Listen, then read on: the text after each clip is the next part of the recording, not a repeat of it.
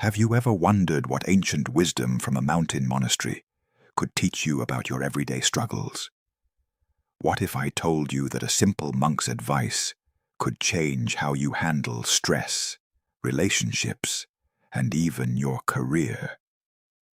Today, we're diving into the profound teachings of Indian monks who have spent decades mastering the art of peaceful living.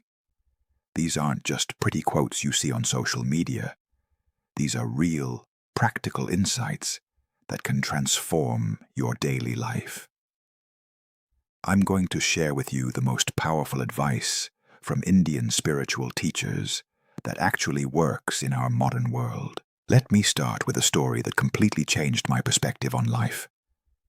There was once a young man who traveled to a remote monastery in the Himalayas, frustrated with his busy city life. He approached an elderly monk and said, "Master, I'm always stressed, always running, always worried about tomorrow. How do you stay so calm?" The monk smiled and pointed to a tree swaying in the wind. He said, "Look at that tree. The wind pushes it left and right, but notice, it doesn't fight the wind. It bends, it moves, but it stays rooted." This simple observation contains one of the most powerful lessons Indian monks teach us about dealing with life's challenges. Lesson 1. Embrace the art of non-resistance. Indian monks have mastered something we struggle with every day: the art of not fighting what we cannot control. Think about your last stressful day at work. Maybe your boss gave you extra tasks, traffic was terrible, or your computer crashed right before a deadline. What did you do? Most of us get angry, frustrated. We fight against these situations. But here's what monks understand. Resistance creates more suffering than the actual problem itself. When you resist a traffic jam, you don't make it disappear. You just make yourself miserable. Monks practice what they call flowing like water around rocks.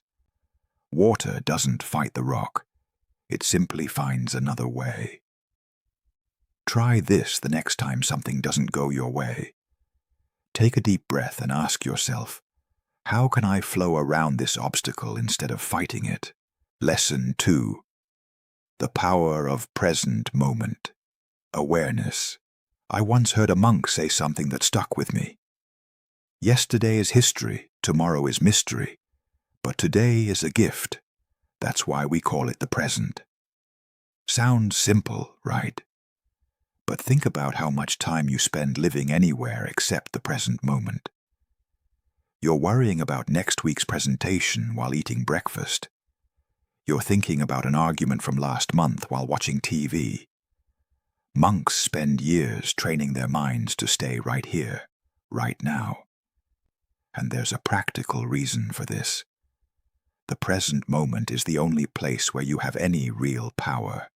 You can't change what happened yesterday, and you can't control what happens tomorrow. But right now you can choose your thoughts, your actions, your responses. Here's a simple exercise monks use. The 5-4-3-2-1 technique. When you feel your mind wandering or getting anxious, notice 5 things you can see, 4 things you can touch, 3 things you can hear, 2 things you can smell, and 1 thing you can taste. This brings you right back to the present moment. Lesson 3. Detachment doesn't mean not caring.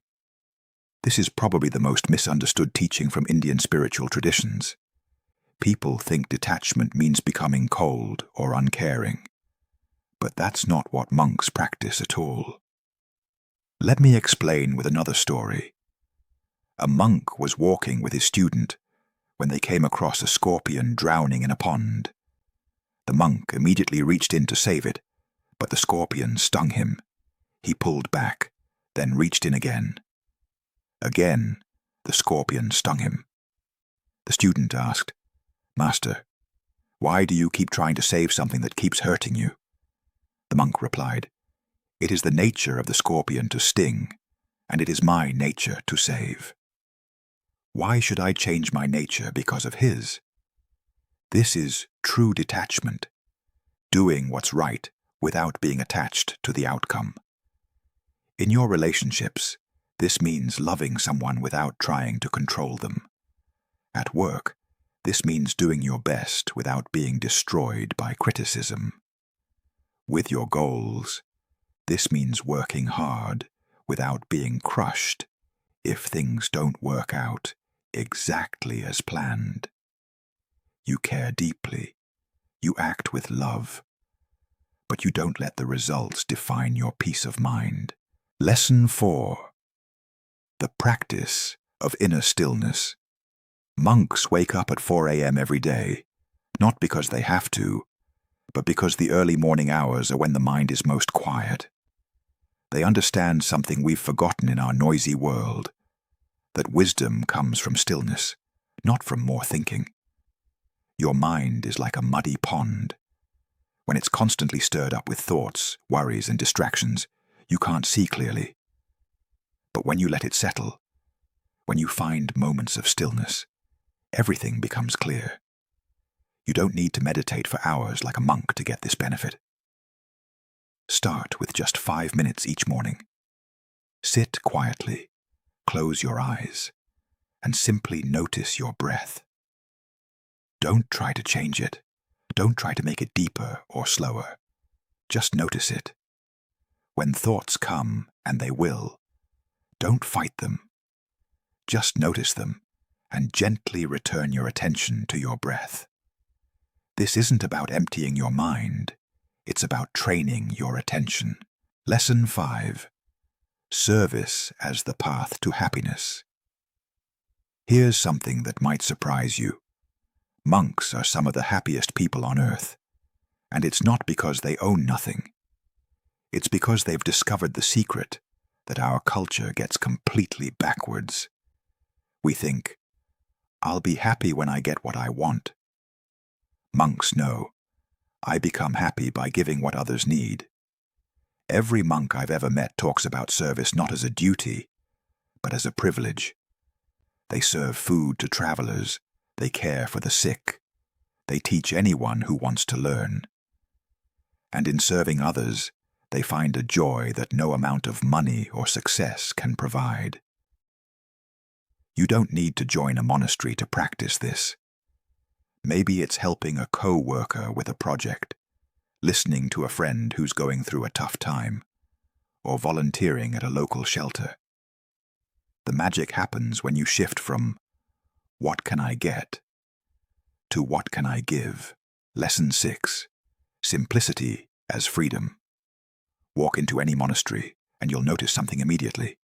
There's almost nothing there. A simple bed, basic clothes, maybe a few books, and that's it. But here's what's interesting. Monks don't see this as having less. They see it as having more freedom. Every possession you own owns a little piece of your attention. Your car needs maintenance, your gadgets need updating, your clothes need washing. Monks have figured out that the less stuff you have, the more energy you have for what really matters. Now, I'm not saying you should give away everything you own, but what if you tried this experiment? For 1 week, don't buy anything, except absolute necessities. Notice what happens. Notice how much mental energy you save when you're not constantly thinking about the next thing you want to buy. Many people discover they feel lighter, more focused, and surprisingly, happier. Lesson 7. The strength found in gentleness. Our culture teaches us that strength means being tough, aggressive, never showing weakness. Monks understand a different kind of strength, the strength that comes from gentleness. A monk once told me, "The mightiest tree in the forest isn't the one that never bends. It's the one that can bend so far it touches the ground without breaking." This gentleness isn't weakness. It's incredible strength. It takes strength to respond with kindness when someone is rude to you. It takes strength to admit when you're wrong. It takes strength to forgive someone who hurt you. Practice this gentleness with yourself first. When you make a mistake, instead of beating yourself up, try speaking to yourself the way you'd speak to a good friend. When you're struggling, instead of pushing harder, try being patient with your process. This gentle approach often leads to better results than force ever could. Lesson 8. Finding peace in uncertainty. The last lesson I want to share might be the most important one. Monks live with incredible uncertainty. They don't know where their next meal is coming from. They own almost nothing. They have no guaranteed income. Yet they're peaceful in a way most people never experience. How is this possible? They've learned to find security not in controlling external circumstances, but in trusting their ability to handle whatever comes. Think about what you worry about most. Probably it's some version of, what if something bad happens? What if I lose my job? What if I get sick? What if people don't like me? Monks would ask you, and if those things happen, then what? Would you handle it? Would you find a way forward? The answer is almost always yes. You've handled difficulties before. You've figured things out. You've been stronger than you thought you could be. When you trust in your own resilience, uncertainty becomes less scary. It might even become exciting, an adventure instead of a threat. These 8 lessons aren't just philosophy. They're a practical guide for living. The monk who bends with the wind but stays rooted. The practitioner who lives fully in the present moment. The person who cares deeply but doesn't cling to outcomes. The soul who finds strength in stillness and joy in service. The individual who discovers freedom through simplicity and power through gentleness. The human being who finds peace, even in uncertainty. This is the path that monks have walked for thousands of years. And it's a path available to you, right where you are, with whatever challenges you're facing today. The beautiful thing about these teachings is that you don't need to change your entire life overnight. Pick one lesson that speaks to you and try practicing it for just 1 week. Maybe it's the art of non-resistance the next time you're stuck in traffic. Maybe it's 5 minutes of morning stillness before you check your phone. Maybe it's asking, what can I give? Instead of, what can I get? In one conversation today. Start small, be patient with yourself, and watch how these ancient wisdoms can create modern miracles in your everyday life. If this video helped you see things differently, hit that like button so I know these teachings are reaching the people who need them. Share it with someone who might benefit from a little monk wisdom in their life. And let me know in the comments, which of these 8 lessons are you going to try first? Remember, the path to peace isn't about perfection. It's about practice, patience, and the courage to keep growing.